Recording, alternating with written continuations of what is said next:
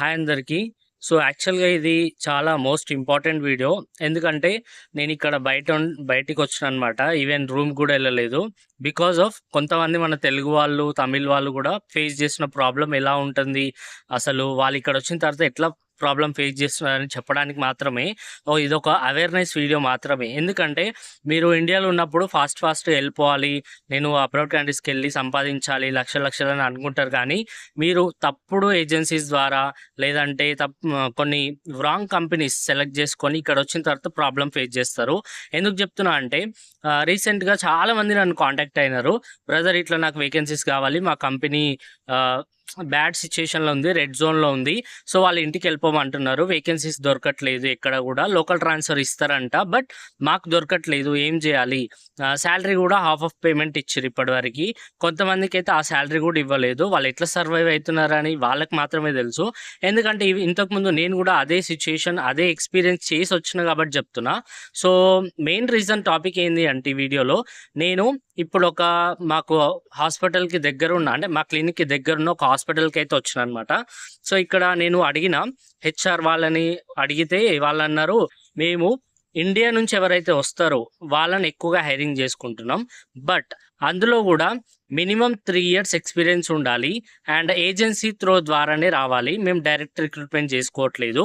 మేము ప్రాసెసింగ్ జేయడం, ఈ వీసా ఇష్యూ జేయడం, ఓన్లీ వీసా ఇష్యూ జేయడం మాత్రమే మా పని. ఈ ప్రాసెసింగ్ జేయడం, డేటా ఫ్లో, ముమారీస్ ఇవన్నీ మా వల్ల గాదు. మేము అదంతా తలకాయ నొప్పి పెట్టుకోదలుచుకోలేమని" జెప్పింది. సో, నాకిక్కడ ఏమనిపించిందంటే ఇంకా ఏవైనా హాస్పిటల్స్ ఉన్నాయేమో అని ఆ హాస్పిటల్‌లో ఉన్న వాళ్ళందరిని అడిగినా. మన తెలుగు వాళ్ళున్నారా? హిందీ వాళ్ళున్నారా? అట్‌లీస్ట్ తమిళ్ వాళ్ళైనా సరే, అంటే ఎక్కడ పోయినా తమిళ్ వాళ్ళున్నారు. సో, అందులో ఒక మన తెలుగు సిస్టర్ కనిపించింది. అండ్ ఒక తెలుగు బ్రదర్ కనిపించిండు వేరే డిపార్ట్‌మెంట్‌లో. తర్వాత మోస్ట్‌లీ తెలుగు అమ్మాయిలున్నారు నర్సెస్. సో, వాళ్ళని అడిగి కొన్ని వెబ్‌సైట్స్ అయితే తీసుకున్నాననమాట. సో, మేబీ ఆ వెబ్‌సైట్స్ కన్నా మెయిల్ చేస్తే రెజ్యూమ్స్ అన్నీ వాళ్ళు యాక్సెప్ట్ చేస్తారా? చెయ్యరా? వేకెన్సీస్ తీసుకుంటున్నారా? ఇంకొకటి ఏంది అంటే మెయిన్ పాయింట్, మీరిక్కడొచ్చిన తర్వాత లోకల్ ట్రాన్స్‌ఫర్‌కి పాసిబుల్ అయితది. కానీ ఆ తీసుకున్న కంపెనీ లేదంటే ఏదైనా హాస్పిటల్ వాళ్ళు తీసుకోవాలి గదా! మనల్ని హైరింగ్ జేసుకోవాలి గదా! వాళ్ళకి వీసా స్లాట్ ఉండాలి. వీసా స్లాట్ ఉంటే మనల్ని ఈజీగా ఇకామా ట్రాన్స్‌ఫర్ చేసుకుంటారు. వాళ్ళకి స్లాట్ లేదనుకోండి, అంతే ఇగ మేమేం జేయలేము, స్లాట్ లేదు, సారీ అని జెప్తారు. అప్పుడు మీరెక్కడెళ్తారు? ఇక్కడ ఇకామా ఎక్స్‌పైర్ అయితది. మీ ప్రొబేషన్ పీరియడ్ అయిపోతది. మీ కంపెనీ వాళ్ళు ఇకామా ఎక్స్‌పైర్ అయిన తర్వాత వాళ్ళు జెయ్యరు. లేదా ఎందుకంటే మీ ఇష్టం ఉంటే వేరే దానికెళ్ళిపోండి.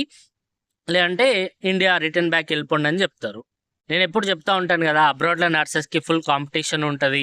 అండ్ ఎక్కువగా మన ఇండియన్సే గాకుండా అందులోనూ ఫిలిప్పీన్స్, సౌదీ వాళ్ళని ఎక్కువ రిక్రూట్ చేసుకుంటున్నారని.